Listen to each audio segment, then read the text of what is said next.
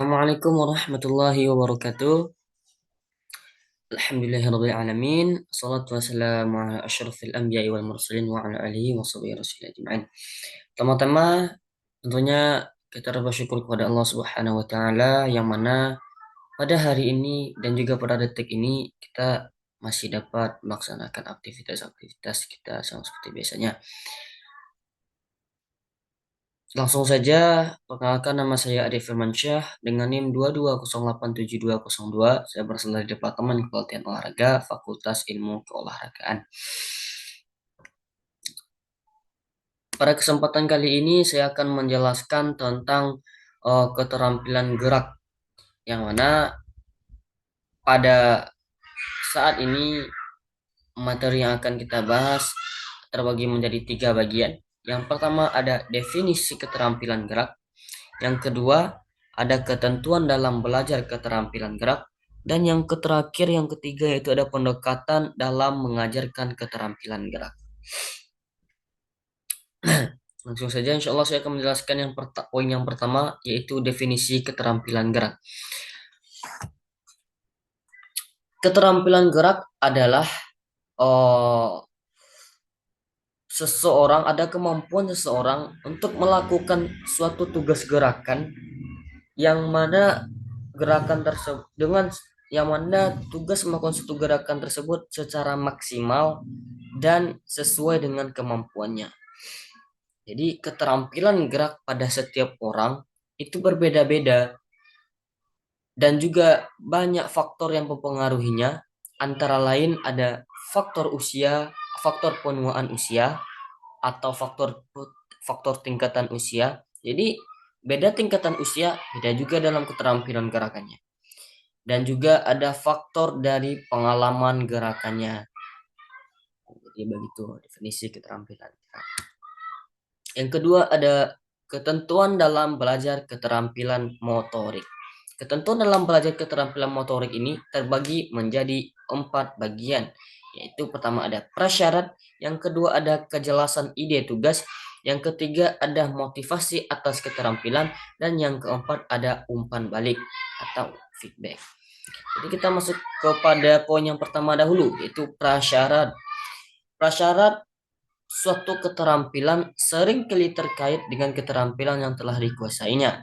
Di prasyarat itu beberapa kemampuan atau keterampilan yang lebih mudah dan para siswa harus dihindarkan berada dalam situasi di mana siswa tersebut mereka akan gagal. Di prasyarat ini usaha seseorang guru untuk menghindarkan siswa dalam kegagalan siswa tersebut. Jadi yang kedua ada kejelasan ide tugas. Kejelasan ide tugas ini yaitu kesinambungan antara tubuh dan otak. Kejelasan ide tugas ini kesinambungan antara tubuh dan otak siswa. Yang kebanyakan masalah belajar keterampilan terjadi karena siswa melakukan suatu gerakan dengan informasi yang tidak lengkap. Kejelasan ide tugas. Jadi seseorang guru itu harus menjelaskan secara detail agar seorang siswa tidak melakukan suatu gerakan yang tidak sesuai dengan informasi yang tidak benar, yang tidak sesuai dengan apa yang disampaikan oleh sang guru, sehingga tubuh tidak sempurna dalam melakukan gerakan tersebut. Jadi program gerak merupakan representasi memori, suatu pola gerakan yang hampir abstrak dan biasanya tidak melibatkan gerakan yang spesifik yang diperolehkan khusus oleh serangkaian otot dan anggota badan. Mohon maaf pada kejelasan di tugas ini ya sedikit penjelasan dari saya. Kita lanjut lagi pada motivasi atas keterampilan. Motivasi juga merupakan aspek penting dalam belajar karena merupakan suatu proses aktif yang diupayakan agar terjadi belajar. Maksud motivasi atas keterampilan ini yaitu motivasi ini mungkin teman-teman sekalian juga telah mengetahui apa itu motivasi. Kita semua juga mengetahui apa itu motivasi. Motivasi merupakan dorongan atau ya semacam dorongan lah yang diberikan seseorang guru, teman kerabat atau yang lainnya kepada diri kita, sehingga diri kita itu oh, terdorong untuk melakukan untuk melakukan hal-hal yang lebih baik dan lebih bersemangat lagi dalam melaksanakan hal lainnya. Yang kedua ada umpan balik. Umpan balik ini adalah atau feedback menurut saya ya. Umpan balik adalah suatu informasi yang diterima siswa atas penampilannya. Misalnya seorang guru memberikan apresiasi kepada siswanya karena telah berhasil memecahkan ujian dengan memperoleh nilai yang maksimal. Misalnya seorang guru memberikan ujian IPA dan sang siswa tersebut berhasil mengerjakannya tanpa ada salah. Jadi sang guru memberikan apresiasi berupa buku tulis atau oh, pensil dan semacamnya. Selanjutnya ada pendekatan dalam mengajarkan keterampilan gerak. Pendekatan dalam mengajarkan keterampilan gerak ini terbagi menjadi dua, yaitu pendekatan edukatif dan juga pendekatan induktif.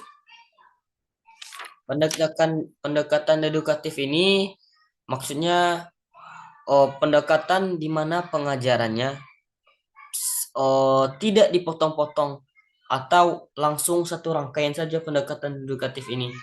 Sedangkan nanti kita akan membahas juga tentang pendekatan induktif. Contohnya dari pendekatan edukatif ini, jangan contoh dulu. Kita punya penjelasan dulu. Pendekatan edukatif ini, di mana pengajaran selalu dimulai dari penjelasan. Jadi, contohnya kita langsung masuk dalam contoh aja. Ketika dalam renang gaya bebas, pendekatan edukatif ini gerakannya tidak dipenggal-penggal. Jadi langsung saja ketika mau renang gaya bebas ya sudah, renang gaya bebas saja. Pertama, metode pembelajaran pendekatan edukatif ini pertama sang guru mencontohkan gerakannya bagaimana. Sang guru misalnya contohnya tadi renang gaya bebas kan. Sang guru masuk ke kolam mencontohkan gerakan gaya bebas itu bagaimana. Setelah sang siswa melihat, langsung sang siswa mencontohkannya. Langsung sang siswa juga mempraktekkan sebagaimana yang telah dicontohkan oleh sang guru tadi. Berbeda dengan pendekatan induktif. Pendekatan induktif ini diperkenalkan sebenarnya pendekatan induktif ini diperkenalkan satu persatu gerakannya, yaitu gerakannya dipenggal-penggal. Contohnya pada renang gaya bebas tadi, sang guru atau sang dosen pertama menjelaskan dahulu tentang bagaimana ketika berenang itu bagaimana pengaturan nafasnya, bagaimana gerakan tangannya, bagaimana gerakan kakinya. Nah, setelah siswa menguasai metode-metode tersebut dari pernafasannya, pergerakan kakinya, pergerakan tangannya, maka baru sang siswa tersebut melakukan gerakan gaya bebas yang sebenarnya. Nah, jadi begitulah pendekatan induktif. Jadi perbedaannya adalah pendekatan edukatif ini gerakannya tidak dipenggal-penggal atau langsung saja. Ya kalau mau renang gaya bebas silahkan renang gaya bebas. Tidak ada pengajaran. Kalau pendekatan induktif akan diajarkan bagaimana gerakan kakinya, pengaturan pernafasannya, gerakan tangannya, teknik-teknik yang benar, bagaimana agar kita cepat berenang tersebut diajarkan. Nah, mungkin sekian penjelasan pada materi keterampilan gerak ini saya paparkan. Mohon maaf apabila ada kesalahan, mohon maaf juga apabila ada salah kata. Sini saya juga belajar, kita juga sama-sama belajar semuanya. Wabillahi taufik wal hidayah. Assalamualaikum warahmatullahi wabarakatuh.